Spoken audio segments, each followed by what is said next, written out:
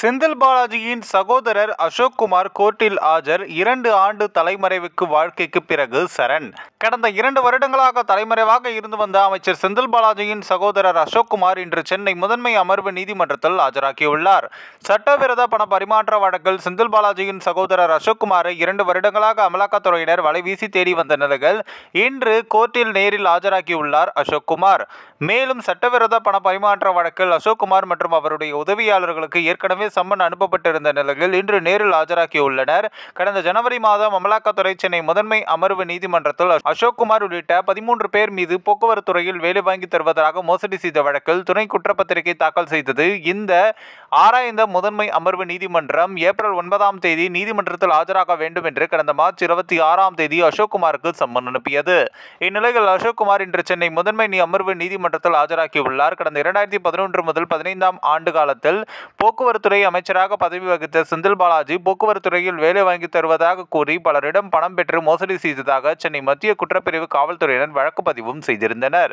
இந்த வழக்கில் அமைச்சர் செந்தில் பாலாஜியுடன் பலரும் குற்றம் சாட்டப்பட்டவர்களாக சேர்க்கப்பட்டிருந்தனர். இதில் அமைச்சர் செந்தில் பாலாஜியை தொடர்ந்து ஆஜராகி வந்த நிலையில் வழக்கில் குற்றம் சாட்டப்பட்ட பலரில் கடந்த ஜனவரி 6ஆம் தேதி முதல் 8ஆம் தேதி வரை வழக்கில் குற்றம் சாட்டப்பட்ட 150 பேருக்கு சம்மன் அனுப்பப்பட்டு அவர்கள் ஆஜராகி வந்தனர்.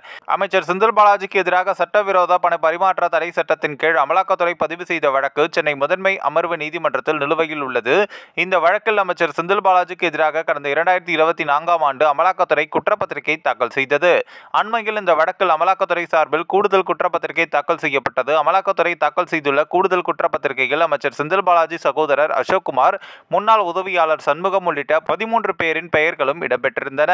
கடந்த 2023ஆம் ஆண்டு அமைச்சர் செந்தில் பாலாஜி அமலாக்கத்துறையால் விசாரணைக்கு அழைக்கப்படுவதற்கு முன்பே அவரது தம்பி அசோக் குமாருக்கு அமலாக்கத்துறை சம்மன் அனுப்பியது. ஆனால் அவர் எந்த சம்மன்களுக்கும் ஆஜராகவில்லை. அதனால் அவரை தேடி கொண்டிருக்கிறோம் என்று அமலாக்கத்துறை நீதிமன்றத்தில் தெரிவித்திருந்தது. இதற்கிடையே செந்தில் பாலாஜி சுமார் 1 வருடத்திற்கு மேல் சிறையில் இருந்துவிட்டு கடந்த ஆண்டு செப்டம்பரில் உச்சநீதிமன்றத்தில் ஜாமீன் பெற்று வெளியே வந்தார். அதன் பிறகும் அசோக் குமார் ஆஜராகவில்லை. செந்தில் பாலாஜி கைது செய்யப்பட்ட போது தலைமறைவாக அசோக் குமார் சுமார் 2 ஆண்டுகளுக்கு பிறகு தற்பொழுது நீதிமன்றத்தில் ஆஜராகியுள்ளார். இந்த ஒரு வீடியோ குறித்து உங்களுடைய கருத்துக்களை நீங்க மறக்காம கமெண்ட்ஸ்ல சொல்லுங்க. நம்ம ஏஷியநெட் நியூஸ் மீடியம் தொடர்ந்து ஃபாலோ பண்ணுங்க. அந்த வெறிகுண்டு கலாச்சாரத்தை பற்றி நான் பேசினேன். எனக்கு அவ்வளோ பேசியிருக்கேன். அவரை வச்சுட்டு மினிஸ்டராக வச்சுக்கிட்டு அதை பற்றியோ நான் பேசக்கூடாது. அந்த அளவுக்கு அப்போ எனக்கு ஒரு தெளிவோ இல்லை ஒரு ஏதோ இல்லை. அதை பற்றி பேசிட்டேன். அது பேசின பிறகு அது தெரிஞ்ச பிறகு அப்போ ஒரு ஏடிஎம்கேல ஒரு மினிஸ்டராக இருந்தார். புரட்சி தலைவி ஜெயலலிதா அவரை அந்த பதவியிலிருந்தே அவர் தூக்கிட்டாங்க.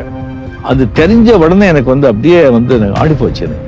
மதிப்புக்குரிய சிஎம் ஜெயலலிதா அவர்களுக்கு எதிராக நான் ஒரு குரல் கொடுக்கறதுக்கு சில காரணங்கள் இருந்தா கூட இந்த காரணம் ரொம்ப முக்கியமானது.